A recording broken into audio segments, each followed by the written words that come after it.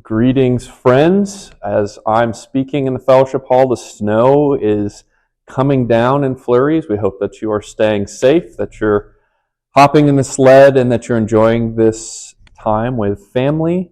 We welcome you this morning to the Lewis Preaching Series 2026.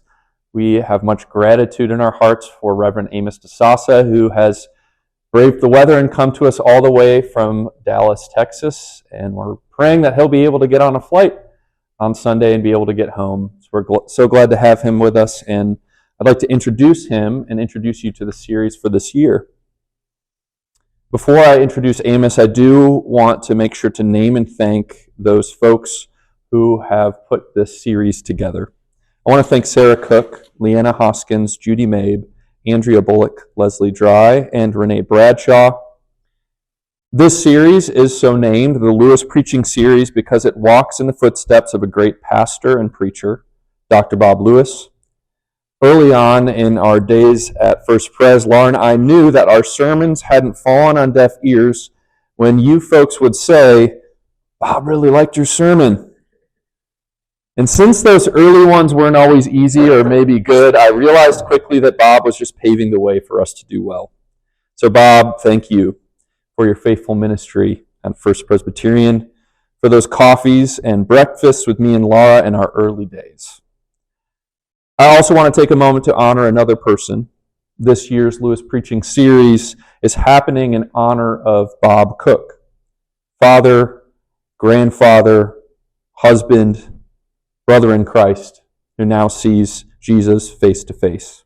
Without he and Sarah's generosity, we would not be gathering together today. Our Lewis preacher this year is Reverend Amos Disasa. Amos is currently senior pastor of First Presbyterian Dallas, where he has been since 2019.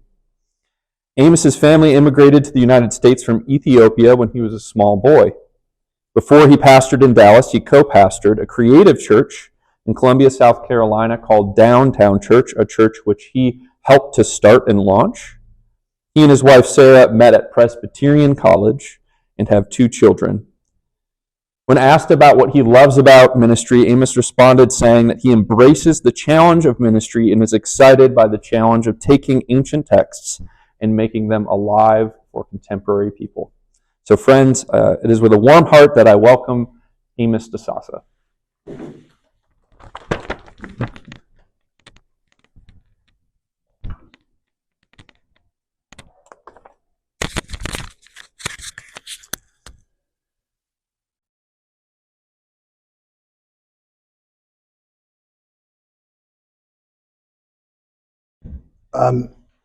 Depending on who you ask or what mood they're in at the time you ask them, the book of Esther has been called many things: historical fiction, revenge fantasy, political comedy, diasporic saga.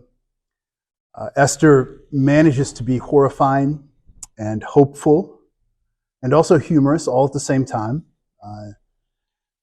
To read this ancient and enigmatic narrative without wondering why it is in the Bible at all is impossible. So today we're going to focus on that question. What is a book doing in sacred scripture that never mentions God, never depicts prayer, never references the temple, the Torah, or the covenant, and also ends with the triumphal slaughter of 75,000 people?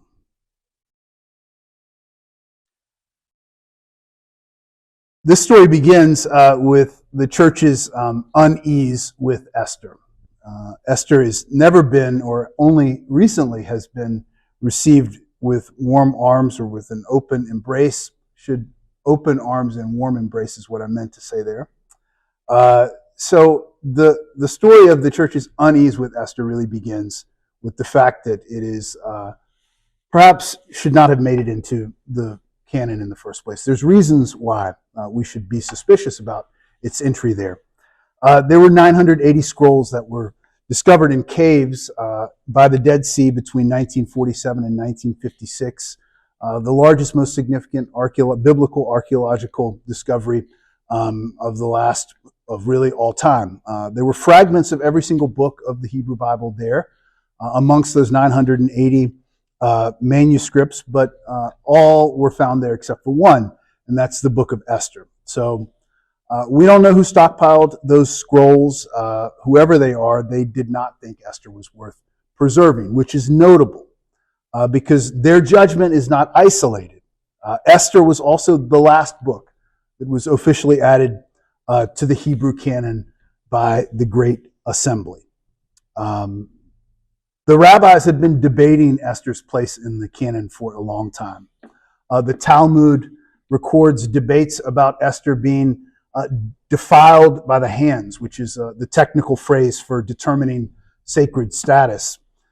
Some rabbis argued that it was merely a historical record, that it wasn't inspired prophecy and therefore shouldn't be a part of the Hebrew Bible. Others worried about its glorification of violence or its lack of religious observance by the protagonists. And yet still, the strange thing is, Esther's the only book of the Bible that has an entire tractate in the Mishnah, which is devoted to its public reading. So while the rabbis were arguing about whether or not it should be in there, it ended up taking a very important place in the Jewish ritual practices. All right. So Martin Luther was perhaps Esther's most famous Christian critic. In his book, Table Talk, he declared that he's such an enemy of the book of Esther that he wishes it did not exist.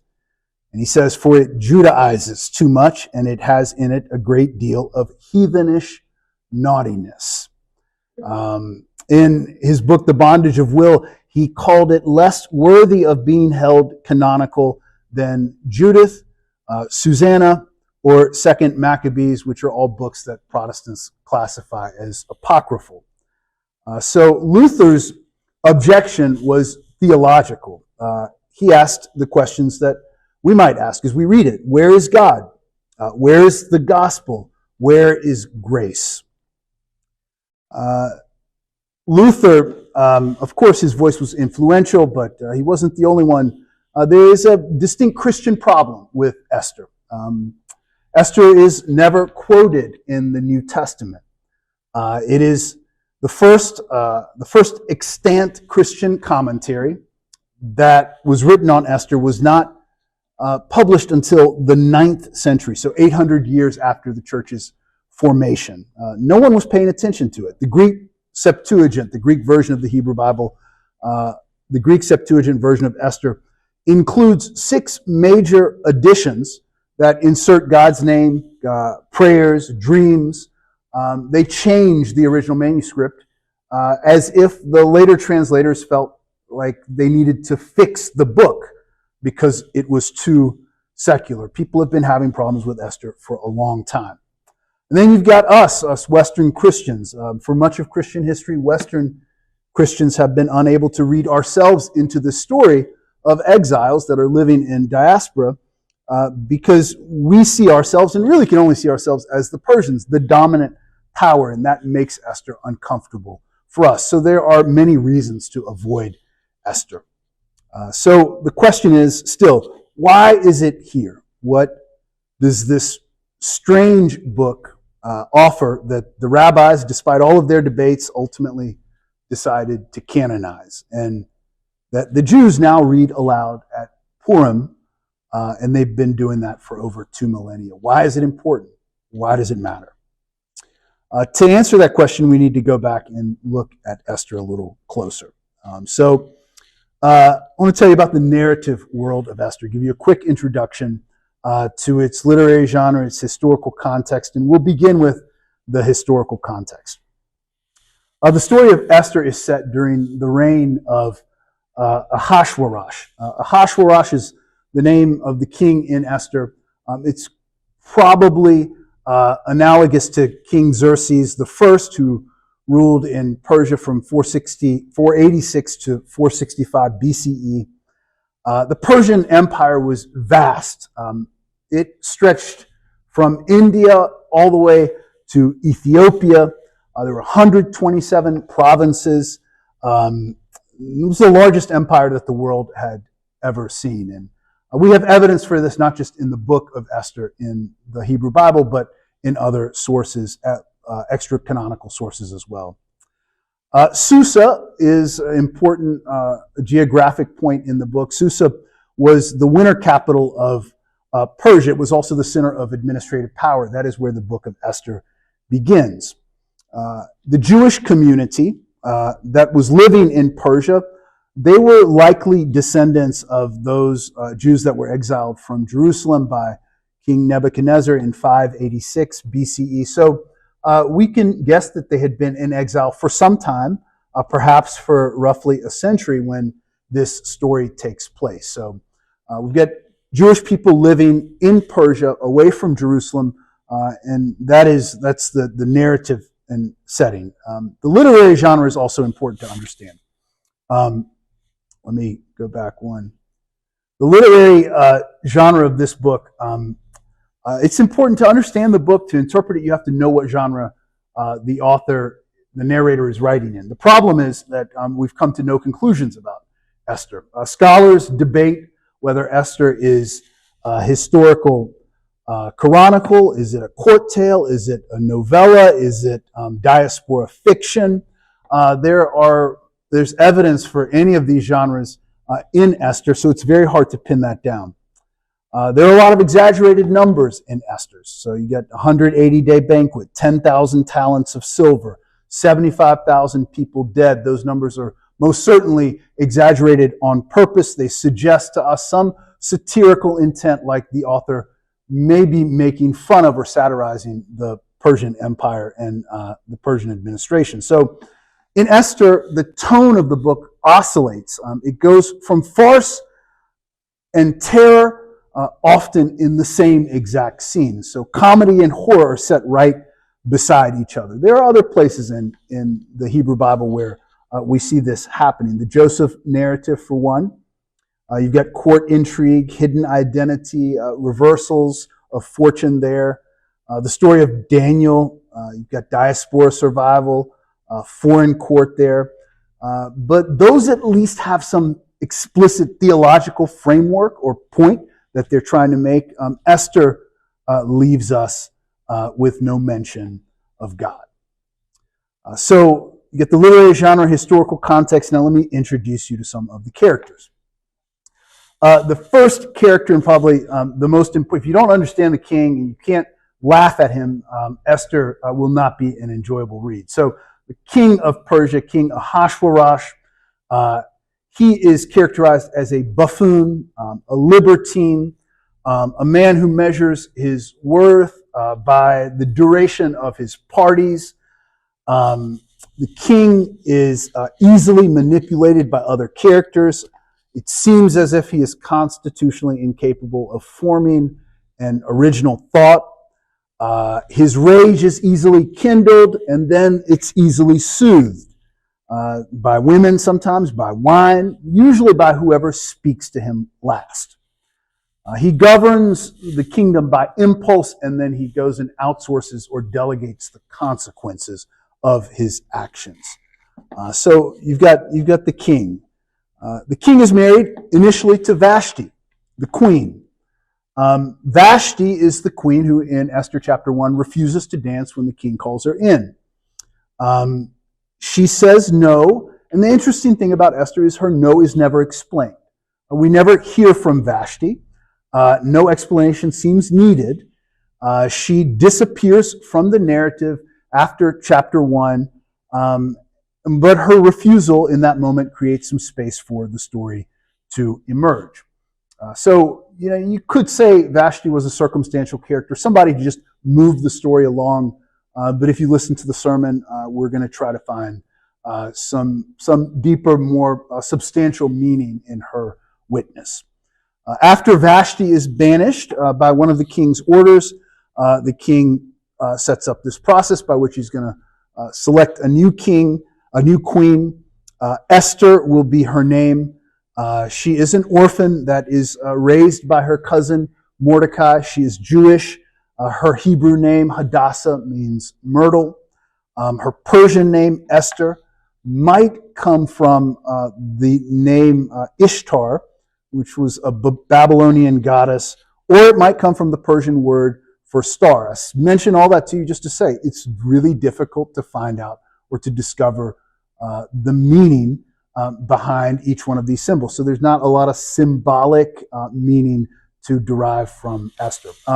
Esther, she hides her Jewish identity so that she can win the king's favor. And she's instructed to hide her Jewish identity by her cousin Mordecai, who's a cunning figure, a smart, intelligent guy. She navigates the court, the king's court, with a mixture of silence and timing and strategic disclosure. So Esther, when she comes on the scene, you do not expect for her to be this strategic operator, but she does surprise us. So Esther and Vashti. Now Mordecai and Haman. Mordecai is a Benjaminite. He's from the tribe of King Saul. He traces his genealogy all the way back to Kish, Saul's father, setting up this ancient enmity, which might be the reason why this story, really the pivot point in this story, might be that ancient enmity. He refuses to bow down to Haman. And that refusal is never explained in the text. Haman is one of the king's courtiers. He is the king's closest advisor. He's an evil man, and he's proud. He's puffed up. He's walking by Mordecai and some other men one day, and all of them bow down to Haman except for Mordecai. And this infuriates Haman in the text, and it sets the plot forward, just spinning out of control.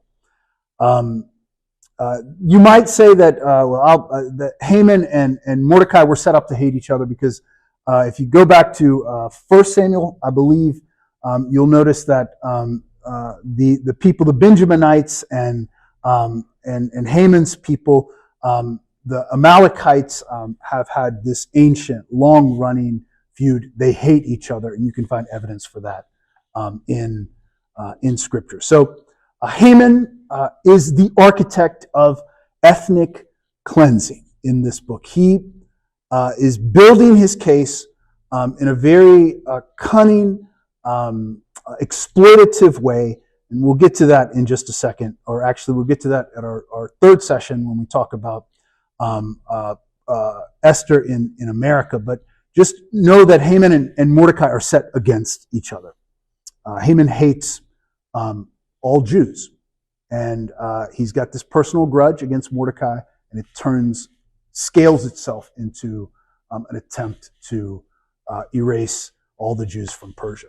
All right? So those are the main characters. The structure of the plot is architecturally symmetrical. So there are a series of reversals throughout, and they all match up with each other.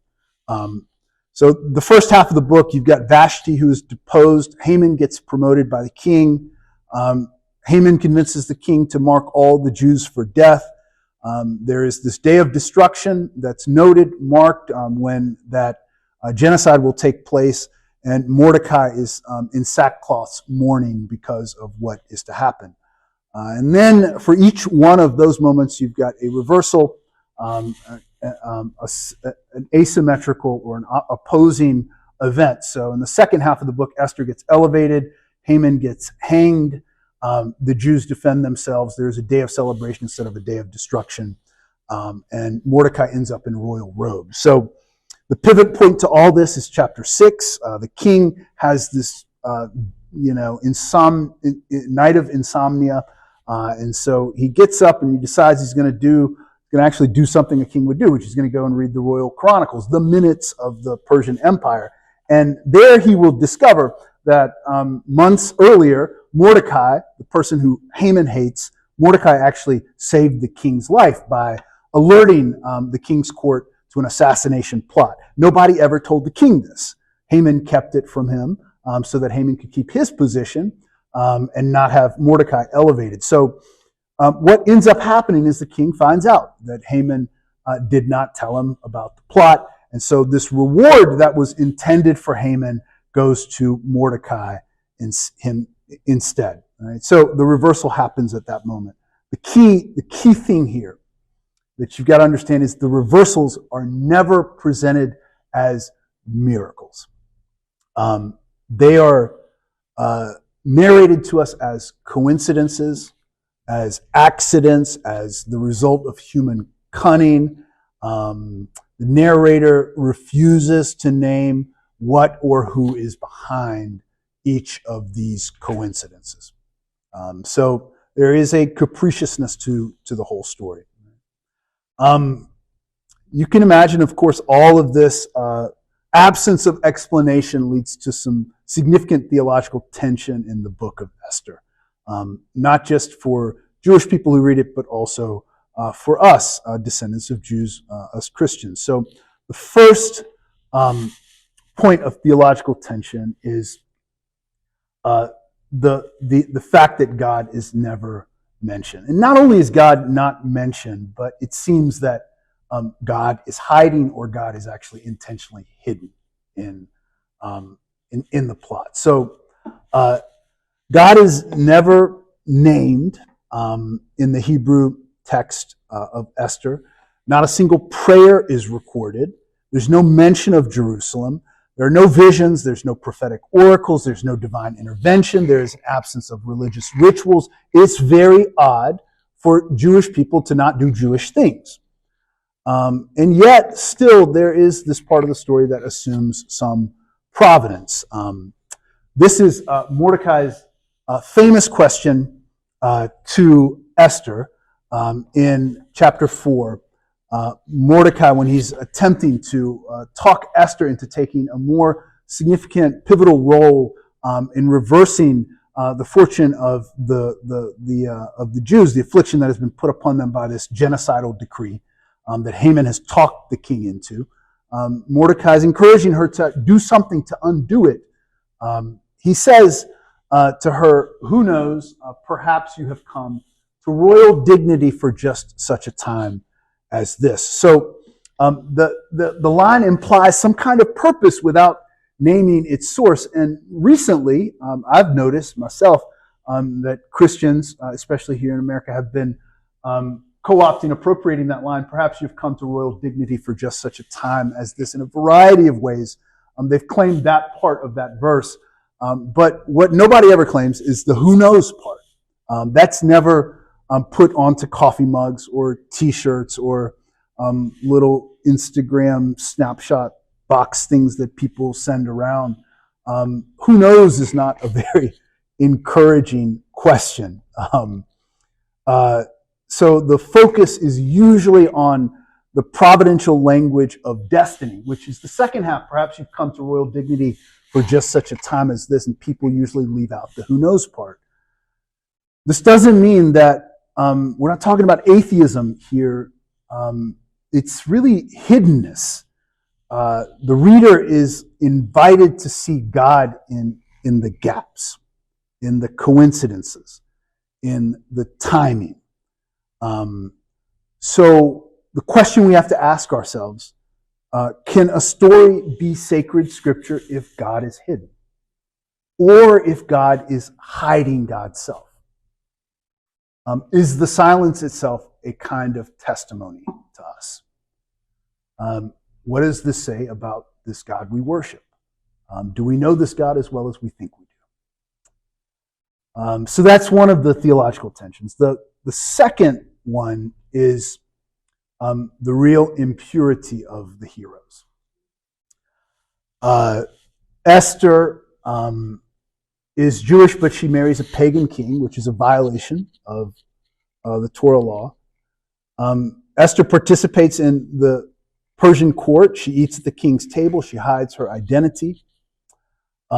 Mordecai's refusal to bow down to Haman is never explained religiously, like Daniel's refusal was to stop praying. So the text doesn't justify Mordecai's disobedience in a theological way.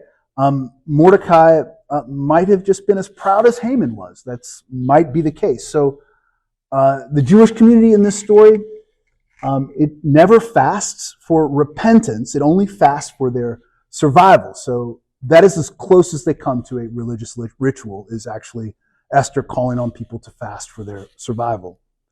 And then, of course, at the end, after Esther and Mordecai save the Jewish exiles living in Persia, the reversal is that they actually kill 75,000 Persians, slay them in a single day, a number that is so large that it really strains credulity and our own conscience. I was talking to a rabbi friend of mine in Dallas and asking him about how they do Purim, and Esther, the whole scroll is read on their Purim celebration on that day, and he said it's their best party of the year because they're encouraged to enjoy, as everyone did in the first chapter of Esther as well. And I said, what do y'all do when you get to that part, the last chapter of Esther? And the Jewish people murder 75,000 Persians. And he says, we don't say anything about it. We just keep going. So it's uncomfortable. Esther does not give us pure heroes. It just gives us survivors. People who make some morally ambiguous choices in order to live. And in this way, the book of Esther refuses to sanitize diaspora existence. So living away from home is hard. When you're a minority in a dominant culture, it's difficult to live as if you would have lived if you were back home. So we'll get to a little bit more of that in just a second. So the other theological tension is really the comedy and the horror that's in the book. Esther is genuinely funny. There's a buffoonish king. There's this crazy bureaucracy and a bureaucratic panic at the start over wives disobeying husbands. So the entire machinery of the state is like turned on a dime to ensure that all the wives remember that they're supposed to keep their place. It's just odd reactions, elaborate reversals. The comedy sits right beside the genocide. The two are right beside each other, and they're given sort of equal weight in the story. You've got Haman's edict that orders the killing of all Jews, young and old, women and children, in one day, and then you move from that edict and the naming of it to another really funny comic scene. So the book holds both of those registers simultaneously, as if to say, this is what it feels like. This is what life feels like under empire. It's absurd and it's terrifying, all at the same time. The last theological tension is really the absence of redemption in the traditional sense. So Esther, there's at the end of it, there's a creation of a festival, an encouragement to remember this story. But there is no Exodus. There's no promised land. There is no return to Jerusalem. The Jews of Persia just remain in Persia. They survive, but they do not escape. And they seem okay with it. So the system that created a Haman is also allowed to remain. It's not dismantled. The king who nearly authorized the genocide remains on the throne. He's not dethroned. So what seems to be celebrated in Esther is not liberation, but survival, again, and also the memory of survival. So you might be wondering, with all that said, why does Esther, going back to our first question, why does it belong in the canon? If it's that theologically fraught, and that difficult to interpret, if God's not there, why is it there? I think we need it as a counter narrative, and I think we really need it these days. So let me tell you why. First, there are times when God actually does remain silent, and we shouldn't act as if that is an anomaly. The Bible includes lament psalms. where God does not answer. Job never receives an explanation for his suffering. Jesus prays in the Garden of Gethsemane, God, take this cup. No answer. Esther extends this tradition that's actually always been there. Sometimes the community of faith must act without hearing from God, trusting that providence is at work even in the silence. So, yeah, we need it because sometimes God is actually silent. We also need it because I think survival is worthy and holy work. And sometimes that's all life gives to us, the circumstances we might be in. And we have to find ways to honor and make sacred the fact that someone can say, I'm still here, means something in itself. So for communities of people that are living under the weight of empire, right? Exiles, minorities, refugees, Esther offers a survival manual. It does not promise miraculous deliverance. It offers something else, lessons in how to be cunning, lessons in how to pay attention to timing, profiles in courage, and it also elevates the virtue of solidarity. So the book says to us that you can remain faithful even when you cannot be pure. Another reason why I think we need Esther is because it tells us to remember. It's a book the story might have been told just to validate and lend some credibility to a festival or to explain why Purim is there in the first place. But the encouragement at the end, the strongest instruction is to tell this story. Do not forget what almost happened to you. So memory is one way in which we resist erasure.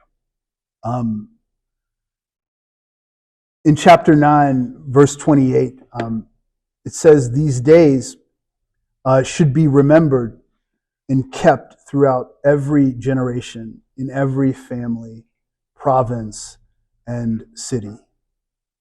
So for communities who have survived attempted annihilation, the act of remembering those attempts is itself resistance. What Esther seems to be saying is, this will happen again. Last reason to keep Esther in the canon is because the story, I don't think, is finished. Esther, as I said earlier, ends without resolution. The king is still a fool. The empire is still dangerous. Another Haman could rise tomorrow. History keeps repeating itself. And so the book, I think, invites each generation of readers to find themselves in the story and to ask, where is our Vashti, our Esther, our Mordecai, and perhaps most importantly, where is Haman hiding in plain sight? So as I said, if you're doing this in order, we'll talk a little bit about Vashti in the sermon. And then tomorrow evening, tomorrow at 5, we're going to apply the lessons of, or the conclusions of Esther. That context, we're going to layer it on top of America. And we're going to try to read Esther through a really Western, North American hermeneutic, and talk a little bit about Reinhold Niebuhr, Children of Light and Children of Darkness. So if you feel as if we've just done the introduction here and there's more to say about how Esther, in our current context, might be in conversation with each other, we will get to that. So that's the second half of the story. That's it.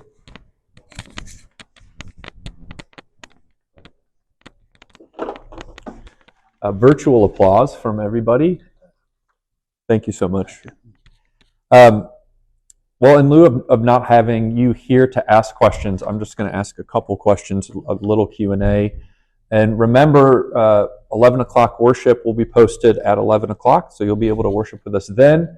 And Reverend Amos does preach a captivating sermon and continues to develop these ideas in that sermon, so please continue the journey with us on into worship at 11. And then keep your questions as you're wrestling with all that Amos is presenting to us, and bring some of those questions, as difficult as this text is. You've got to have some. Bring those with you to our Zoom presentation at 5 o'clock. We're going to have a time for Q&A where we'll invite you to ask the questions that you have.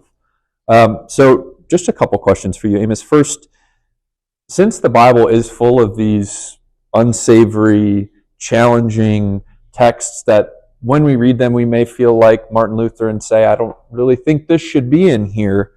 What advice would you give to everyday people in the pew as they encounter these texts, and how to read them and how to work through them? Yeah. I mean, there are books that make you, when you read, there are things you read that are reassuring. And then there are things you read that are discomforting, destabilizing. I think growth, transformation typically happens in moments of uncertainty or chaos, when things are broken and new things have to be formed. I think that it's important, if we are serious about developing our faith, growing our faith, being transformed to be more like Christ, to grow in our propensity to follow the way of Jesus, there is no way to do that without destabilization. And it's an uncomfortable activity, and it's really difficult to do it to yourself. It's much easier to just set it aside. I don't like how that feels. It's like turning away when you see something that you don't want to look at, and you can just turn your head. And my encouragement is to keep looking and set aside the question of like, why or what does this mean? Read it just with curiosity, and the interpretation will come to you. If you honor the text with your discomfort, the text will honor you with a response. Yeah. I like that. Thank you. As I was listening to you, I was thinking that you're right, that I'd place myself in the Persia camp, and I think maybe many people listening are, and it could be easy to encounter this story and to say, well, I've never been a part of a people group that's had the threat of being eliminated, extinguished. This feels like kind of an old story. So if the Bible is in fact my story, God's story is the story of who we are and forms our identity, then, and it's not just some old ancient textbook, how do I live into that, encounter that as someone who feels maybe some historical distance or current contemporary distance from the situation of this story? Yeah, first century Palestine, the world that surrounded Jesus, the time of Jesus' ministry, was a chaotic, uncertain environment. So the gospel was spoken out of a season of real crisis for Jewish people in Jerusalem. And the crisis was the same crisis in Esther, which is the threat of annihilation, the burden of empire, really the occupation of Rome. I mean, the occupation of Jerusalem by the Romans. So there was a precarity to Jesus' proclamation. It was, I think we think about Jesus preaching very boldly, but sometimes it helps me to imagine as I read the words of the gospel, Jesus speaking with some precarity, like some real fragility, some brittleness in his voice, because I think that would make him more human, considering what I know about what was happening, at that time, and the danger, which ultimately, if you keep reading the gospel, right? I want to say two things. One is you've got to put yourself proximate to people of precarity, right? You can't just do Esther from a distance, right? So even here where we are, it might be historically distant, but there are people close to you whose voices are brittle and fragile and are afraid to communicate fully, openly who they are, who are repressing, hiding their identity because out of fear or some threat that is being imposed upon them, and they're still surviving. So if you do choose to get close to them, then just honor their survival instincts and please don't try to co-opt their story for your own.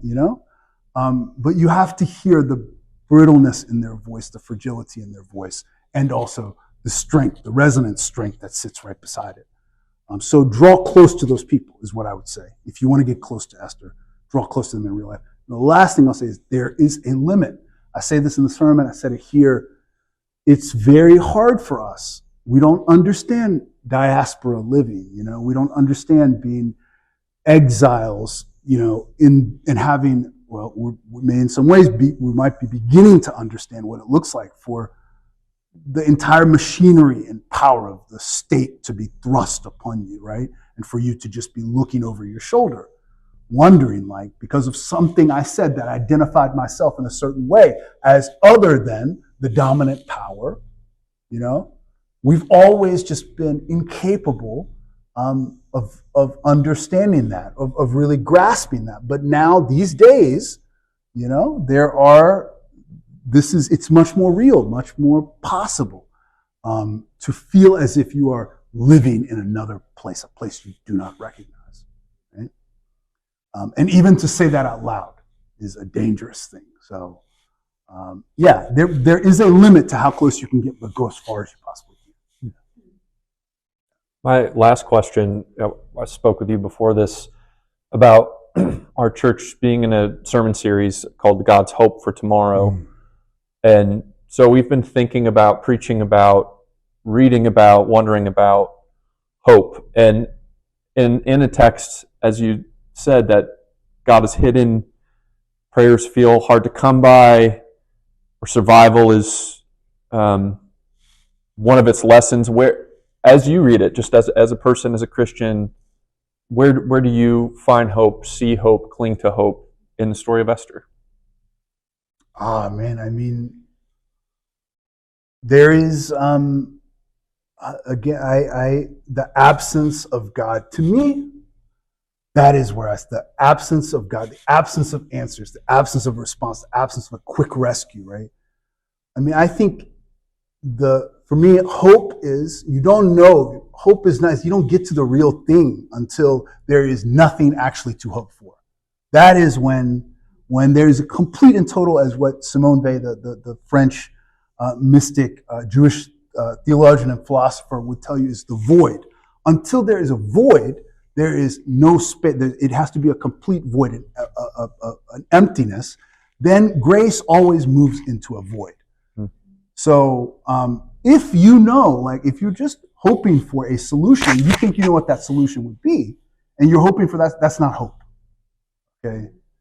You have to not know what you are hoping for to actually be fully in the depravity of hope. So I think about Jesus crying out from the cross, my God, why have you forsaken me? Am gone. Nothing there. Then once, again, back to Simone Weil, everything has been decreated, totally destroyed. Everything you thought you knew was possible. That is when, your hope will instill in you some strength to keep pressing towards an outcome you can't imagine. You have no idea, because if you could, you would do it yourself, So, it's and I think Esther lends that to us is the total absence of God's voice, and I don't think Esther knew what she was going to be doing. She just started kind of doing, and things unfolded in due time. So, yeah. Thank you. Yeah. What a good word. Thank you. Well, friends, thank you for participating in this. Once again, we invite you to join us in worship at 11 o'clock. You will be receiving via email and text a link for that, as well as an email and a text for the Zoom link at 5 o'clock. I also want to remind you, just practically speaking, you may have to re-download Zoom. It's been a while since COVID. We're Zooming again. So re-download Zoom and get your tech ready so that at 5 o'clock you can join us tomorrow, or well, it will be today, Sunday, 5 o'clock. Join us for our Zoom presentation where we get to hear yet again from Reverend Amos. Bring your questions and we'll enjoy that time together. Amos, thank you so much for this good word. Thank you. Yeah.